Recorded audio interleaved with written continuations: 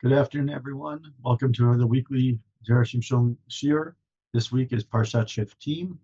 It's also also this week on Vav Elul, which is actually going to be the Shabbat. They're having the Hilulah of the Zera Shimshon this year will be on Thursday night. This Thursday night in Yerushalayim, the address and information has been sent around, but it is on Vav Elul on Shabbat. So have in mind on Shabbat when we're learning or sharing the Torah of the Zera Shimshon, should have is Neshama, should have an Aliyah, and should have and all the brachot that he offers should go on you and your family.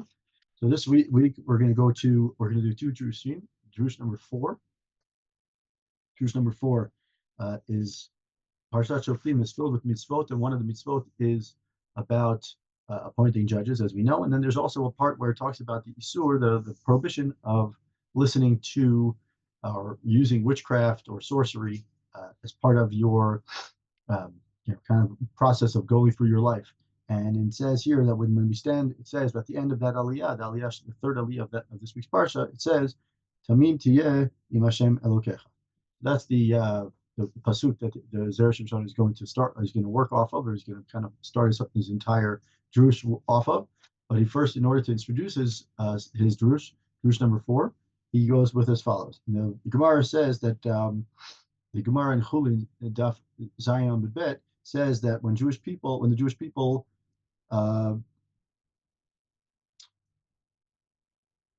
general, it talks about whether Bnei Israel should be scared of or should be concerned of by that which sorcerers or witchcraft or other kind of people who predict your future or tell us kind of magic or whatever you call it. Should we be concerned about those things? And Gemara in Chulin discusses that, and he says when do these things take place? And the Zera Shimshon is going to use that Gemara as well as what we're about to say as a kind of an idea of how we should focus our belief in Emunah and Hashem. So he says as follows. The Midrash in the Yalkut Shimoni says, Midrash Yalkut al Pasuk, V'atem edai nu'um Hashem v'ani el, kishatem edai ani el, kisheinatem edai kivechol ani el. So the Midrash in Yalkut Shimoni says that in Yeshayahu it says, "You are my witnesses." So Hashem says, "And I am your God." When you are my witnesses, I am your God. When you're not my witnesses, I am not your God. So what is that? That's very vague and ambiguous Midrash, and the Zera Shimshon is going to ask the same questions that you and I might have when we read this Midrash. He's going to ask the same questions. What is it? When does it happen that we are Hashem's witnesses? What does it mean that Hashem Hashem is our God when we are His witnesses, and when we're not? And when we're not, He isn't. What does that even mean? So in order to start the Drush, he says, "V'tam be'ur midrash zen yiralumar." In order to explain this Midrash, we can say, "She'Yisrael zaka'im." When Bnei Israel have merit and are filled with zechuyot, filled with merits, then we have full faith in Hashem. Einam yiraim lo minan nechashim v'lo minan kosmim v'lo minan mechashvim. Right then, k'dichtiv ki lo nachash b'Yaakov v'lo kesem b'Yisrael. When we believe and we have a full emunah in Hashem, then we have nothing to worry about. Hashem is walking with us, as it says, ki lo nachash. Right, there's no sorcery, lo kesem, and there's no magic. Hashem, we walk straight with Hashem. When we walk wholehearted with Hashem, we have nothing to worry about. In order to explain this point a little further, we have the Gemara that says, the Gemara says that Gemara Chulin Zayin Amid Bet, as we mentioned before earlier, the Gemara there says that there's Einon Milvado. Chanina says, even witchcraft. That is to say that when nothing, even witchcraft, can harm a person unless Hashem has made the decree that right goes there. Is this so?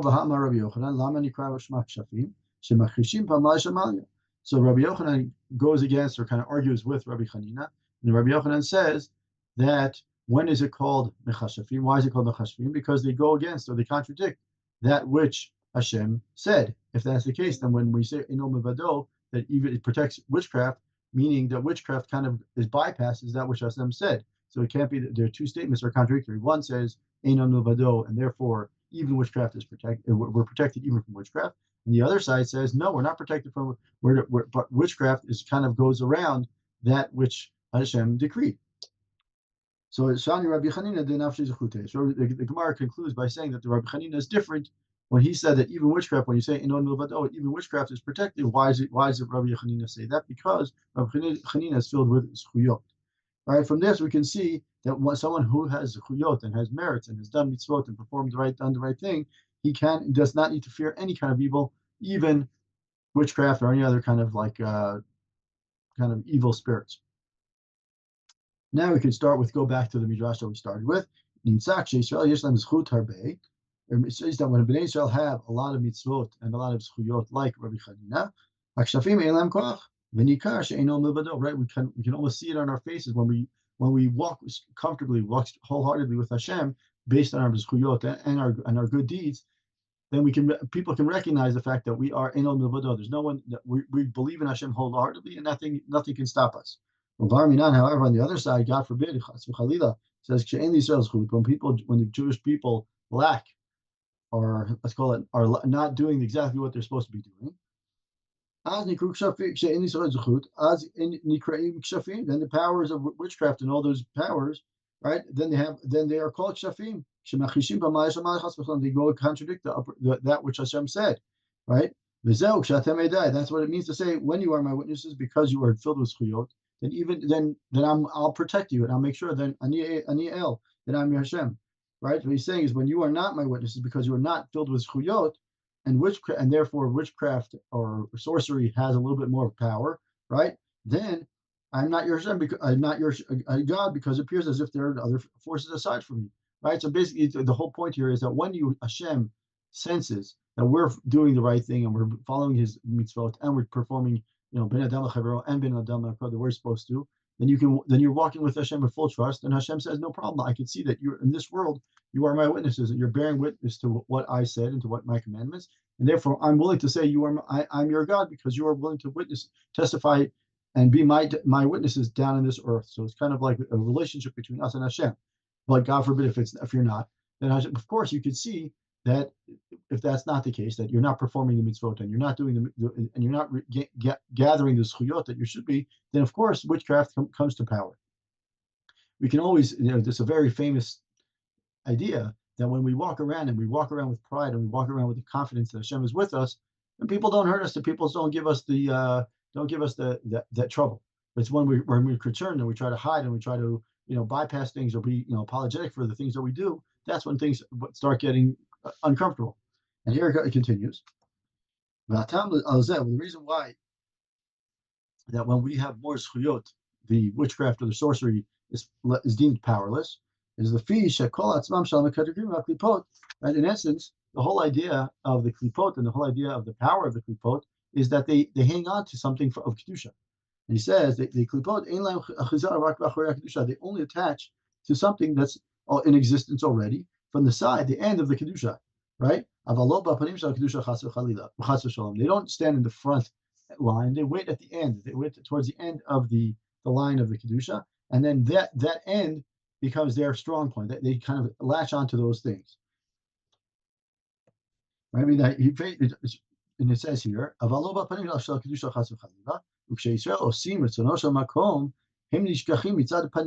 So it's basically as if Hashem saying is, I'm looking straight at you. You're testifying to me, saying, I'm willing to walk with you directly. Right? So Hashem is facing us, and His Shekhinah is upon us. When we walk with His Shekhinah upon us straight forward, you have nothing to worry about. Even the Kedusha that latches onto the back of us and to the end of us, they can't see us. But God forbid if the opposite is true, and we turn our face to Hashem, and our backs are towards Hashem, so then we're turning our faces towards the witchcraft and towards the other side, and therefore that they latch on and they can really stick onto that. And that's what he says here. Right, the life, the Shekhinah, the or of the Pnei Melech is the Chaim, is life. Therefore, we have nothing to be scared of. Right, the evil force has nothing. When we're looking straight into the Hashem's face, into the Shekhinah, then what? Then we have nothing to worry about. We could see, we understand what's going on. We understand what the importance of it, and therefore, by doing that, we're walking with Hashem straight into Hashem's Shekhinah, and therefore, we have nothing to worry about. And the other side, the Machashafim and all the Klipot, have nothing to latch onto. Now he takes this for an interesting twist, the Zera Shimshon, by doing something which very common, which is to find another place in the Torah where this term is used, and try to see how we can connect the two and see what the relationship is. It's called Zera Shavah, or in this case it would be a Hekesh, right? In this case it's Avram Avinu. The only other time where it says Vayet Tamim, right? Noach tzaddik b'torotav, right? Et Elohim hitalech Noach, but doesn't mention Tamim. The only other place that mentions Tamim is with Avram Avinu, and it says here, "V'zeu shamar Kadosh Baruch Hu l'Avraham, hitalech lefanai v'heyeh Tamim." Right, walk with me and walk with me wholeheartedly. Right, nothing to worry about.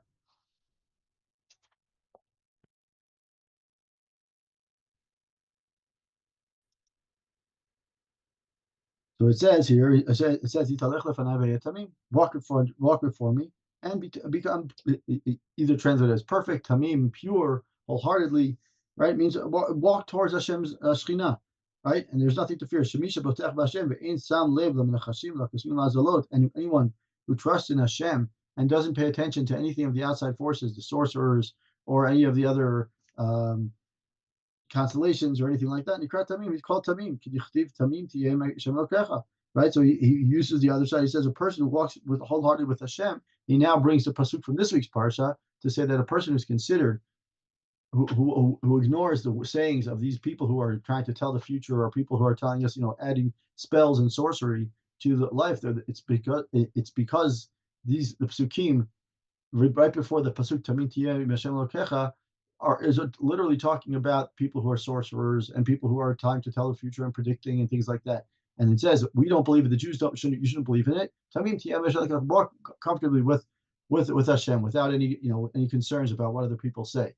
And therefore, the Zera Shimshon finds a connection between the pasuk of Avram Avinu, where Hashem tells Avram, walk comfortably, walk wholeheartedly with me, and in this week's parsha, where also Hashem tells us, gives us the mitzvah to walk with Hashem with tmimut, with perfection, with wholeheartedness. The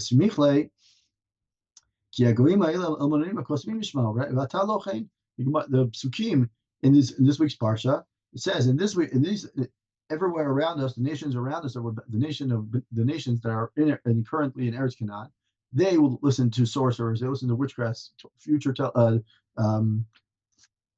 they listen to people who tell the future, right? All those kind of things. But we should not do so. Hashem does not allow us to do that.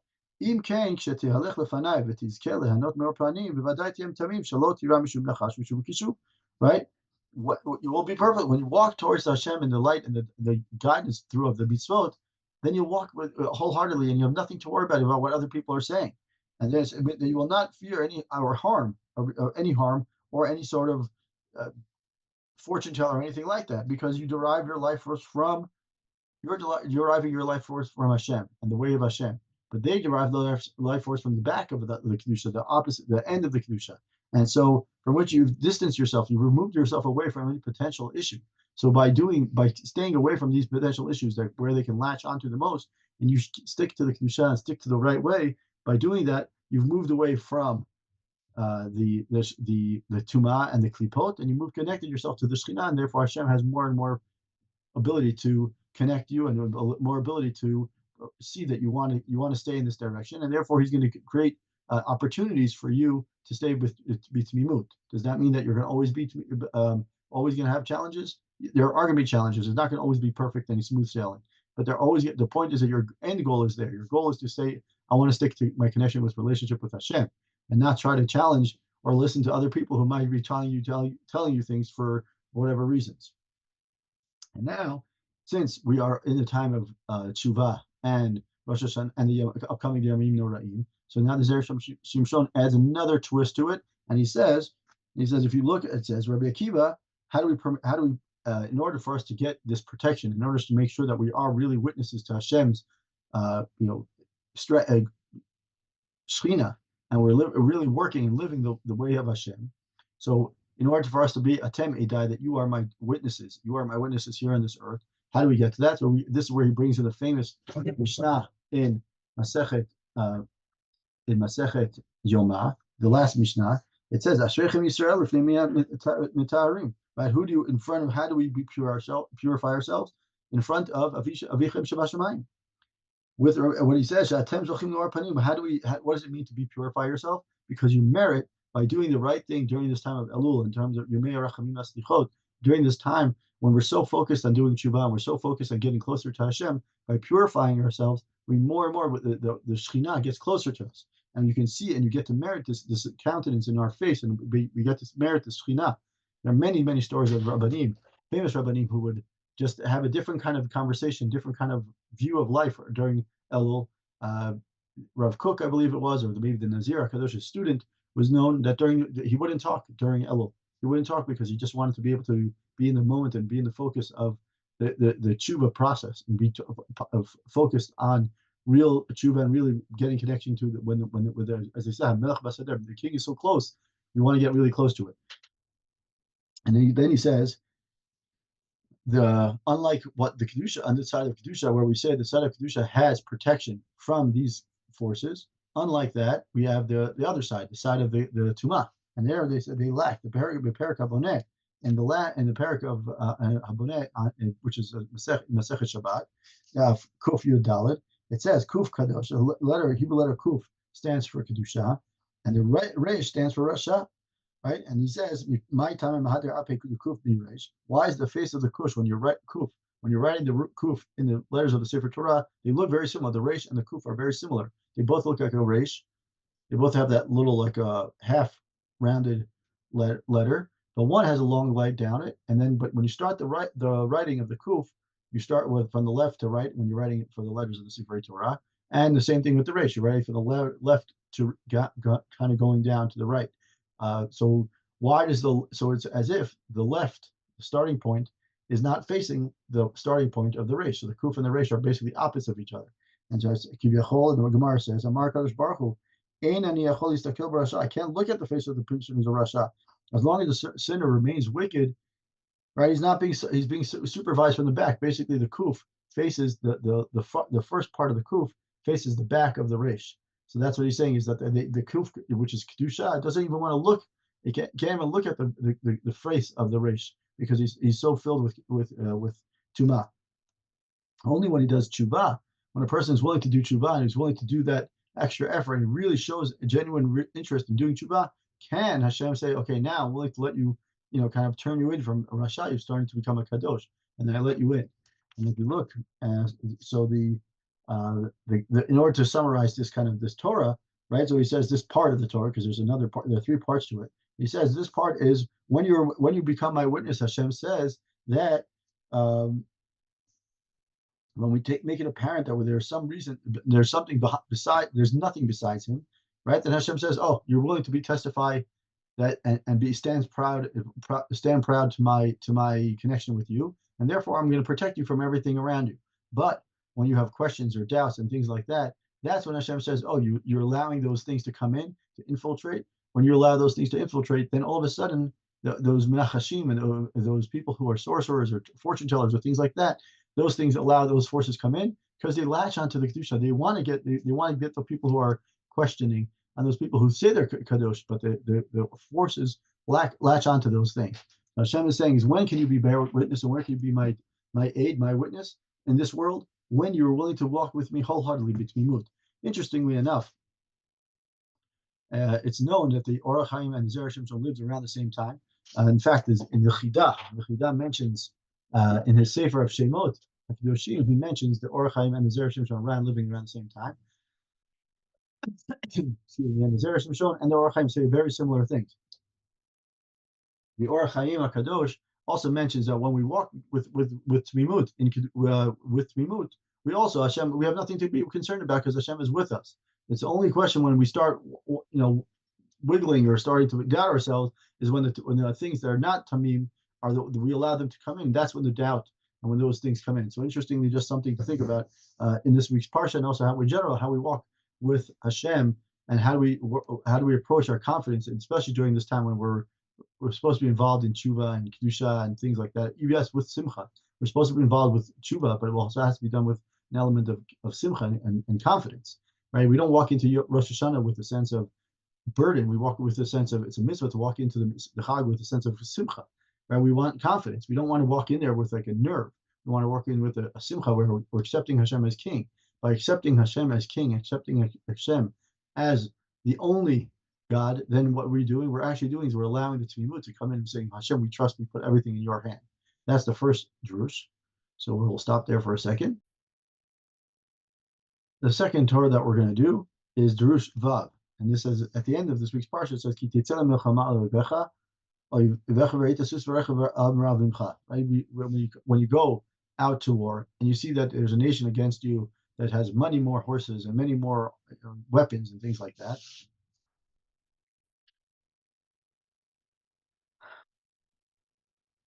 It says sus v'rechev, so they ki tetzeh milchama al revecha, right? The sus v'rechev, when you see a horse and a chariot, one horse and one chariot. Rashi says, Perish Rashi, sus v'rechev, a horse used in singular because Hashem means to say beinei kulam kisus echad. In my eyes, they're all like one chariot, one horse. V'chinu omer, and the same thing Hashem says when he's talking about Gidon, when he says to him, "V'yikita et Midian ki ish echad," you will hit. When he's talking about Gidon, he says you'll hit and you'll destroy all of Midian like one person. V'chinu omer, kivasus paro. It comes. Paro's horse came with his chariot and horsemen in the sea, referring to Paro's many chariots and many people. Obviously, it's talking about kivasus paro. It's not literally talking about only Paro's horse, but rather it's talking about the many horses and the entourage that came with Paro. That's what Rashi says. Now, in order to explain this, the Zera Shimshon is going to first ask some questions about Rashi, and then we're going to get to a really nice point. So he says here, Siftei Chachamim, which is a famous commentary, and explain something that someone who elucidates Rashi says, Ikshe, Lama Rashi vi pasuk kivasus paro, v'lo vi a pasuk kol sus paro hakadumlo. Right? The Siftei Chachamim says, wait a minute. If you look at the psukim in Az Yashir, kivasus paro comes after the pasuk that says kol sus paro. Right? The kol sus paro, it would also explain all the entourage of Paro. So the question is why the Siftei Chachamim asked the question, why did you say kivasus paro and not choose the other one, which is earlier? The Teretz and the Siftei Chachamim answers that Rashi says, Yishum Desham Ketiv Kol Sus, because there it says every horse, right? In fact, it implies that all of them pursued Bnei Israel. It does not prove that many horses are insignificant in one, and therefore that part of kivasus paro proves that many horses are insignificant to Hashem, just like they're considered one, right? And therefore, because the pasuk tells Paro's horse in singular form, kivasus paro, it sounds like it shows more magnitude.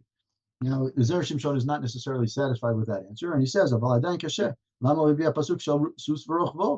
Why did we take the other pasuk, which also says sus v'rochvo ramavayam, right? And kedum kivasus paro is at the end of Az Yashir, and then it says sus v'rochvo ramavayam is also in Az Yashir, and we could have used that pasuk, which would have given us the same point. So he says, oh yes, Makshim. Others ask a different question on Rashi. Oh yes, Makshim al Rashi is Parashat Vayishlach Perish V'Hilo Lishor V'Chamor. When the pasuk says that I have many, or shor in Parashat Vayishlach it says V'Hi Lishor V'Chamor. I have many shor, many ox and cattle. I'm very rich in those kind of things. It uses a singular form. Derech Eretz Lomar Ashvarim Harbe Shor. Kamo Karan Tarnagol. Ve'eno Mer Karu Tarnagolim. Ad Kan Lashano. Right? The many people say, wait a minute, if Rashi is trying to prove that kivasus paro or kolsus paro or sus v'rochvo, the Parsha Vayishlach it says vayili shor v'chamor. It means that I say shor v'chamor, but I really mean that it's in plural, right? So it just means that we don't say shvarim chamorim. We just say shor v'chamor, and poetically it means I have a lot of everything.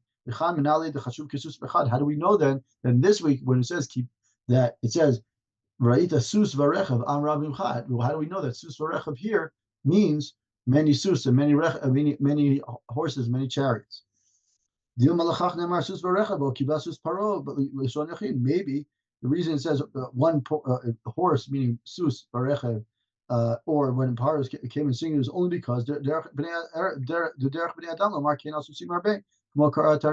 it's like when we're talking about chickens. We don't say many. In Hebrew, you don't say tarnagolim, you say tarnagol, and we don't understand that. It means like when the rooster crows, when the roosters crow, right? We talk about that. We don't say when roosters crow. We say tarnagol, the call of the rooster. That doesn't mean this one rooster. It means a lot of them. Right? He says that maybe the first question, which why Rashi takes out one of the psukim, maybe explains the other one. Is right. So he says Rashi the pasuk sus v'rochvo. Right? If Rashi had brought the pasuk sus v'rochvo, right, it would not have proven that Hashem are considered as insignificant just one. שהייתי יכול לומר שהפסוק דיבר כדרך בני אדם, שאומרים על סוסים הרבה סוס. Right? Because if I would have brought sus v'rochbo, we would have just said, okay, it means sus v'rochbo, it means horse and chariot, but it means plural, it means abundance, because that's the way people talk. That doesn't prove that it's insignificant. It doesn't prove the point of what we're trying to say here in this pasuk about when we're going out to fight. It doesn't tell us, the goal here is that what Hashem is trying to tell us, when you go into war and you see chariots and people that are and horses that are greater than you in terms of numbers, and you're scared, it doesn't show you this insignificance in Hashem's eyes, because maybe that's just the way people talk. That's why specifically, right, Rashi proves with kivasus paro, because there, even though it's the way people say is sus v'rochbo, or talking about horses in one horse, and it talks about, and it's one to talk about many, right? Here, stating in the singular form proves that even more horses are as insignificant as only one. Once we've established that, we say that in our pasuk, sus v'rochbo, right, is stated in singular to say that even many horses and chariots are as significant as one before Hashem, and we don't have to fear them.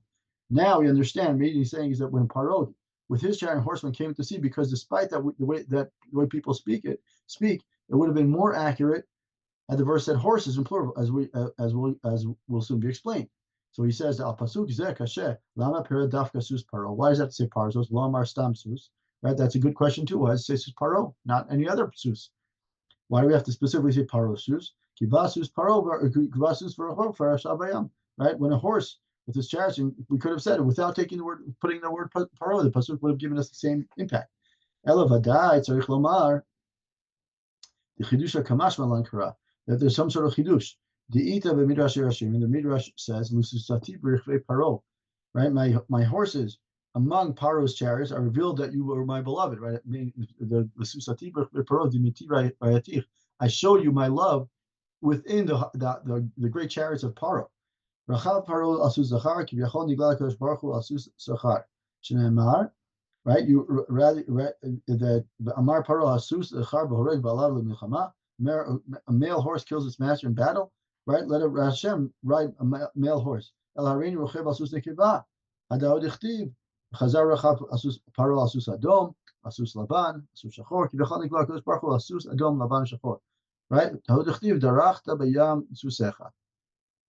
Susvan Pagyan, Ad Kanoshano. So what do we learn from this midrash? The midrash basically says is that Paro kind of challenged Hashem. He says, "Oh, you think that you can you're stronger than me, so I'm going to bring out. You think you could challenge me with a male horse? I'll bring a female horse. It's a white horse. I'll bring a black horse, etc." The midrash is trying to say that Paro was trying to challenge Hashem with the horses, right? That's what he says. Paro, I challenged you that each other was matching. In other words, every time that Paro brought a different kind of horse, Hashem brought a stronger horse, a stronger, similar kind of horse. Now, since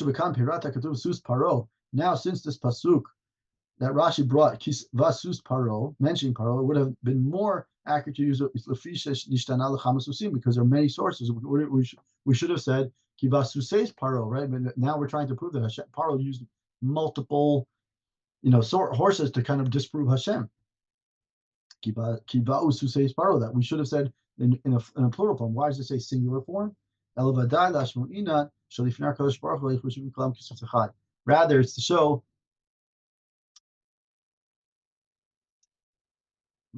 show. That the reason why this pasuk kivasus paro, even in the situation, according to the midrash, where Paro and Hashem kivyachol, as if to say that Paro and Hashem had a battle between the different horses that they brought in, right? Paro trying to disprove Hashem. In every case, Hashem won, and you would think that maybe that we should talk about multiple horses, right? So we say kiva ususei Paro. Hashem, we're trying to use the pasuk again. This is why Rashi uses this pasuk specifically to tell us that even though there were multiple horses being used, it was insignificant to me. It was just one, as if one horse.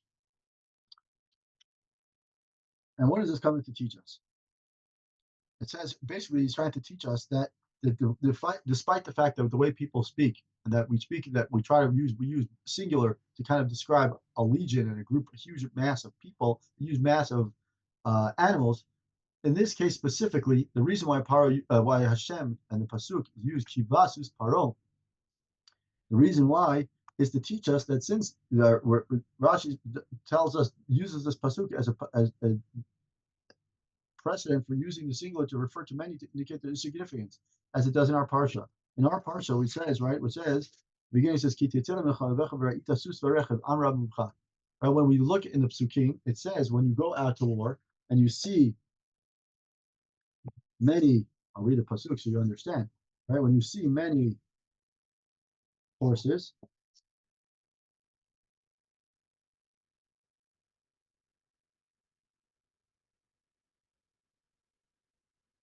it says, it says, Hashem Elohecha mimach, Amalcha me'eretz Yisrael. So Hashem is in this pasuk we say we're looking out there, we see many horses. So yes, we may say that that is the way they're talking. So maybe we're talking, maybe this pasuk is saying that just because people talk and refer to that, but rather Hashem is saying is don't worry. I view them as one horse. It's not just the way. It's not just the pasuk is not just trying to tell us that it's it's just the way people talk, just to tell us that there's a massive thing. But rather Rashi is using the pasuk. Which pasuk does he bring? He brings a pasuk. Rashi says, why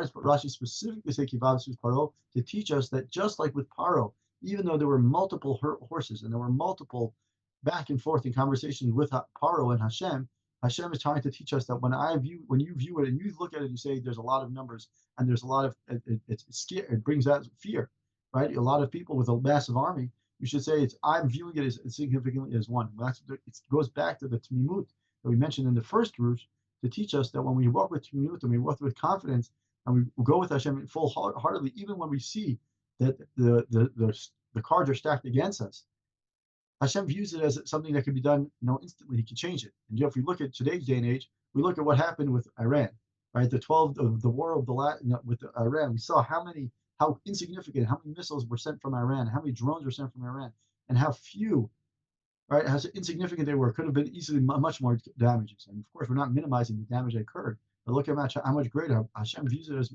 nothing. And the idea here is that we have to have a tmimut of confidence and walking with Hashem in such a confidence that even these things, these susim, these chariots, right, they're viewed in Hashem's eyes as insignificant. Shabbat shalom.